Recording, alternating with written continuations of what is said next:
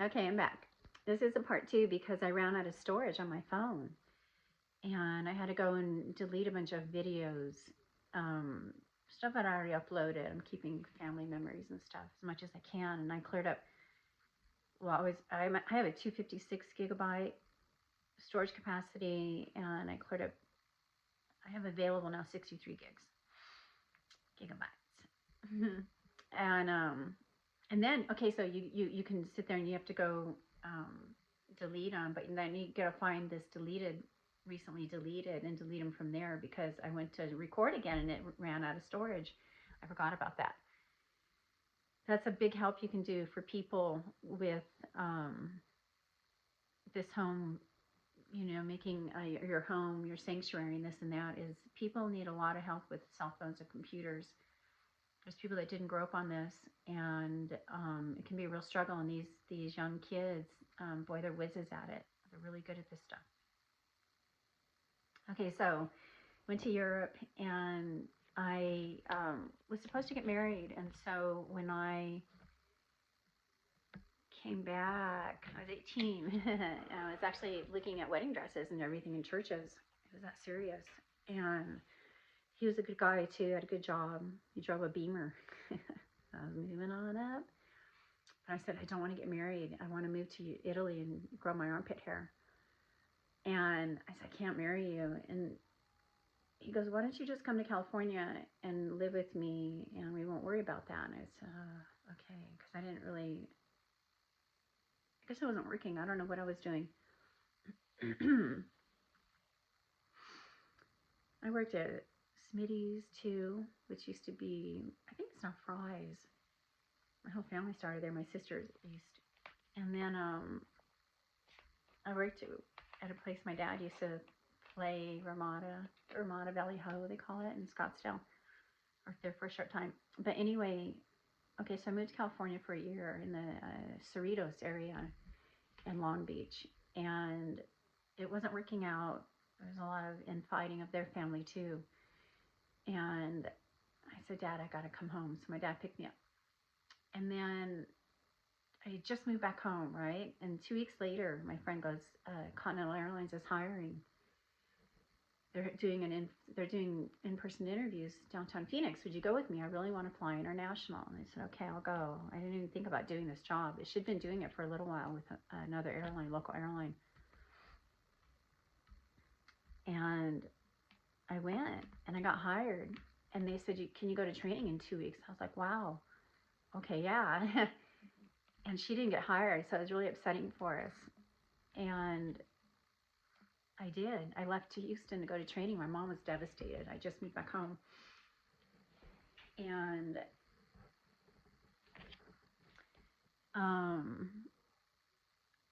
a whirlwind of, it was only like 6 weeks or 4 weeks of training. And then they gave me my first base, which was Colorado, Denver. And I moved there, and then I was there a year, and then my friend and I wanted to go to Hawaii. We put in our transfer to Honolulu, moved there, and then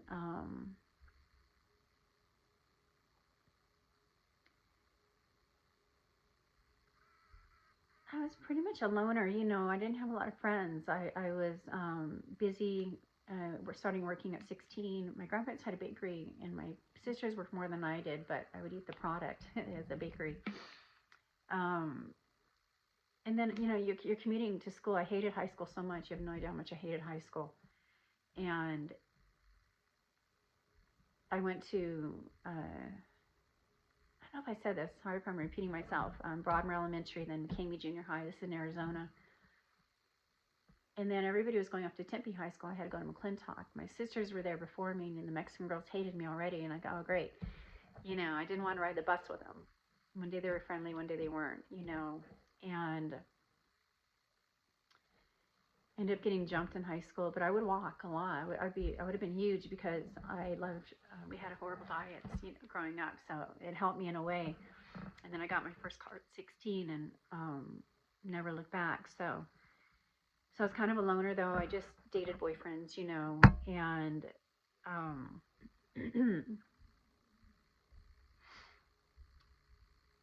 I was called a latchkey kid, they call us. You had to play outside, and I get home, I didn't even know if anybody would be home. I didn't even have a key until I was older.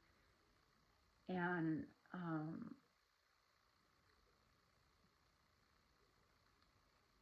ended up, so I went from Honolulu then. I met a guy, started dating, and then we wanted to go to the mainland and hold the line because we were on call. And it can be stressful when you're on call. You don't even know what position you're going to get. Are you going to be, I'd get on board and they're like, you're the flight, or they'd call me and go, you're going to be a flight service manager. I'm like, I'm 21 years old, I'm a flight, I'm managing the whole flight. It was really traumatic or stressful. So I passed it off and I got there to the senior flight attendant. And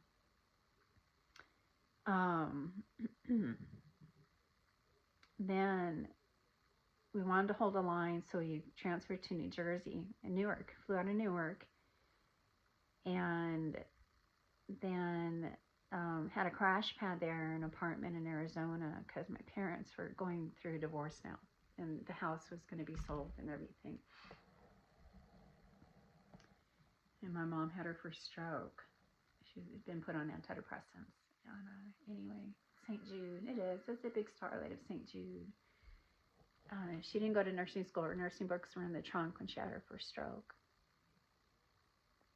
Which, we can blame the medical field, but it's the killing field. It's the food chain. So keep going vegan. I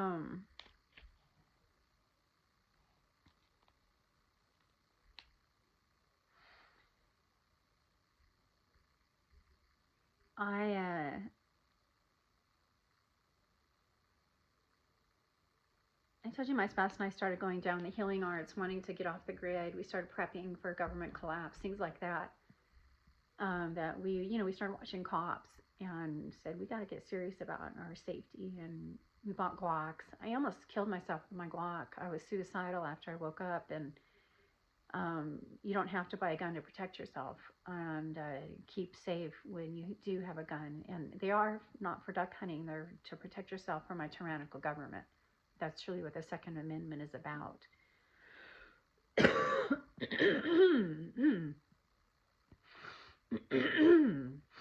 I like the idea of maybe having a rifle, just to scare something off if somebody's being heavily attacked. I don't like the idea of aiming at them. And that's a weird thing when I see that online.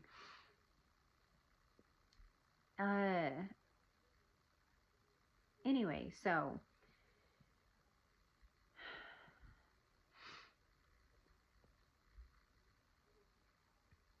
boy, I found some old videos that really took me down memory lane. They're really cool. And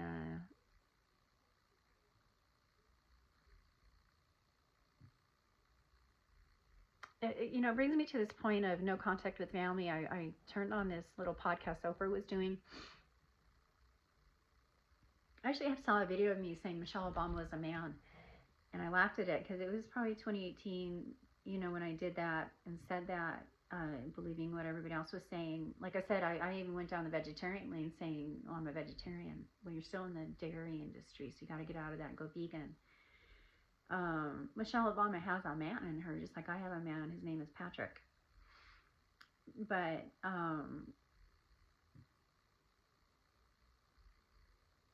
so you do have men in you, and women, and men, you have women in you. And if you uncensor yourself, you'll get to know that that's what's going on. And I mean, like, I've done this before where you just talk and you don't censor yourself. So I'm going to do that. I don't even know what I'm going to say. I could have an agenda. I'm going to talk about this bed. But I'm just going to talk. Okay, my name's Patrice. I go by Alicia Patrice Farner. And I do have a light in me called God. And I love everybody. I do. I am karmic, and I have to be careful when I'm out. I don't know what I'm going to say because we're talking about the light over here with her and Patrick. And it is St. Patrick and it's St. Patrice. And we want to clean up the brew and what's going on with that. And you have to be careful with open containers, and you have to be careful with open brews, distilleries, things like that, where it's trauma. I know when I've gone out to restaurants and got a brew, that was just from the tap. I didn't used to have a problem with it, but I do now. I get dosed. I do. So I don't even get, well, I can't afford restaurants anymore, but I don't get, it's BYOB, okay? Okay, I'm done. So anyway, people are having issues with their family members, not being on board, getting out of the doctor route maybe, or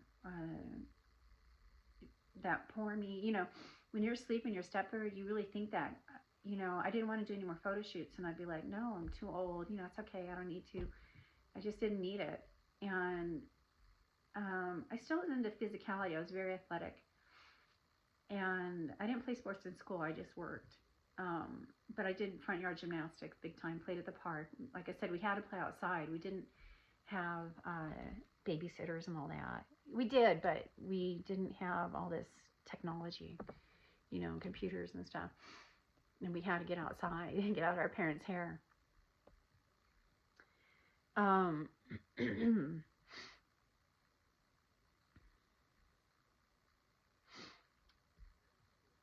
So you get grounded, more so getting out in nature. You have to be careful. I see these horrible videos online of people being attacked by the animals out there that are really pissed off at us.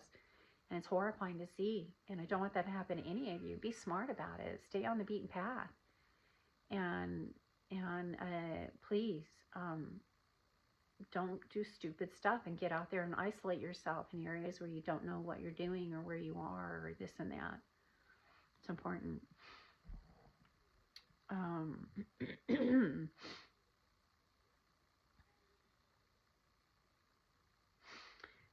So my mom and I had a falling out a few years ago, unfortunately, and we were just being separated by this craziness going on in us and the food chain and so on. And she's cool. She's a really cool lady. I haven't talked to her in quite a few months, and I'm hoping she's okay.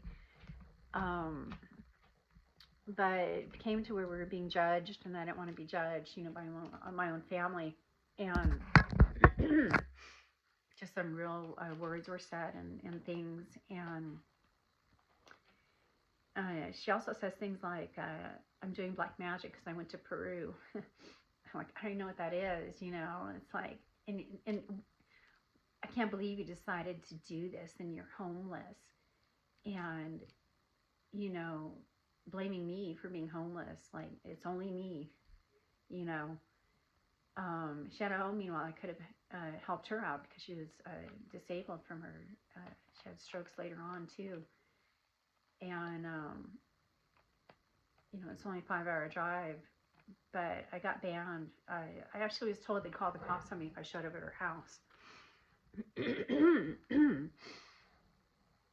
And every time I talked to her, she'd bring this up and bring up, if you didn't go to Peru, I can't believe you made this decision, and this is how you choose to live your life. I mean, just like the worst stuff was said to me, and I just called to say hi, I never asked her for anything. I think once I asked her for money. She acted like she couldn't get it to me, sell me money. But I didn't reach out and ask her in that way. I'm not like that. I don't really like asking people for stuff. I'd rather pay for it, to be honest. But I'm not afraid to ask questions. I'm absolutely not afraid to ask questions, and I want you to be the same way.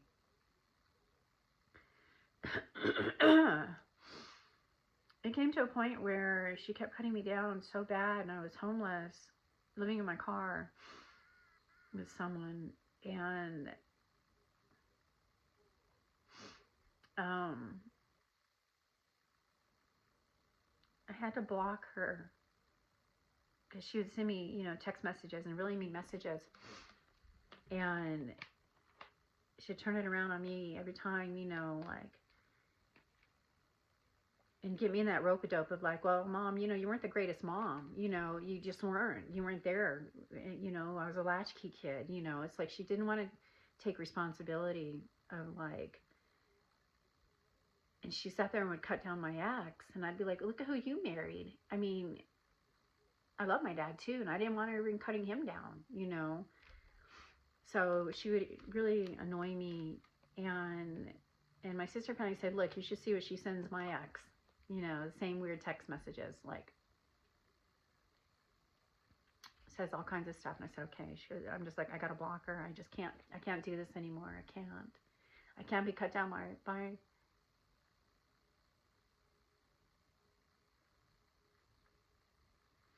and she was nothing like this before this happened to her. She was the best mom in the world, you guys. She felt she had to work outside the home, but when she wasn't, she was growing plants, she was cooking, she could sew. She was really social and good with people, and she would help people out. You know, she was amazing. She could do it all. She didn't need school. She already knew how to do these things. Friendly, sweet, very loving mom.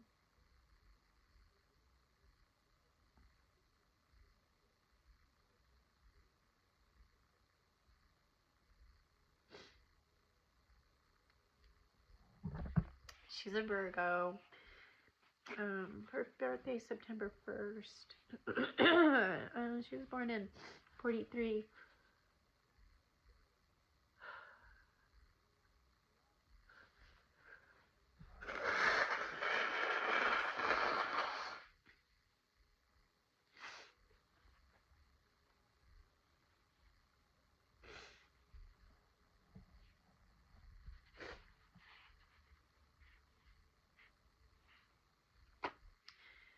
I was lucky, you know, there's a lot of really people that are really misfortunate out there that we want to help. And so, even in all this,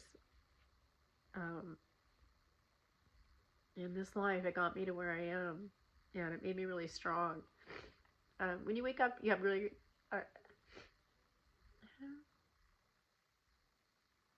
you have strong emotions, whether you're laughing, crying, you're angry. Um, what are your emotions? Laughter, sadness, anger. Some of there's 4. You don't realize, you know, we were studying the chemtrails and the stuff that's in them, because here you hear dialogue saying, we're really doing this to you, we're spraying you with antidepressants and things like that so you don't rise up. That was the word on the street and in the documentaries and stuff. What in the world are they spraying? It is truly the food chain, and people want to take credit for being horrible. And you don't have to do that anymore.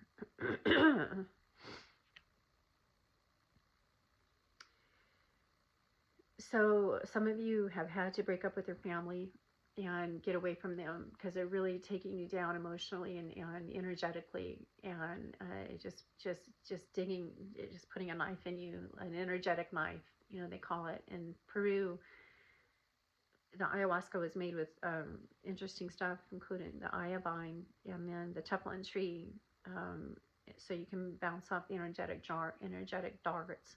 Has really good, beautiful intention. And I just recommend going up there and doing ayahuasca and not understanding it. So these energetic darts are heavy in you, and it's a constant reminder of, it's reflective. You know, I tell people when they start cutting me down, I go, it's reflective. You know, it is.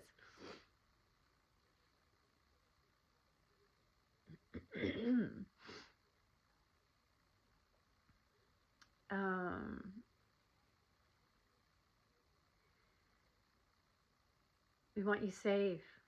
You have to be safe, and some of you need to know that, especially if you have money, you have a job, and you're fine on your own.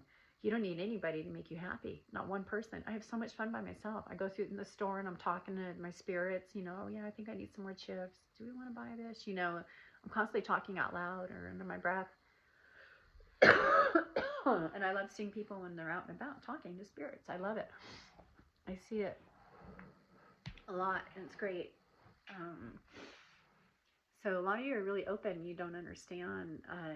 People that are stepford asleep think they're crazy or they're talking to themselves. You're not. There's other presences out there. I have so much fun by myself, you guys. I passed a thing where they show the Christmas lights. I go, yeah, I'd do something like that if I had the money, you know, the gas and all that. I would go drive through that little Christmas village, or I would go do karaoke, or go.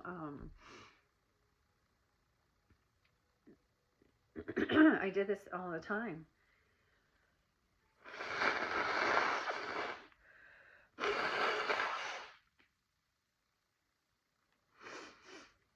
I love thrift stores. So always remember, your pantry can have a thrift store side to it. I have to use the restroom. And then a recycle, recycle, refurbished furniture, things like that. That's a big, big, big area people need help with. Be back. It'll be a part 3.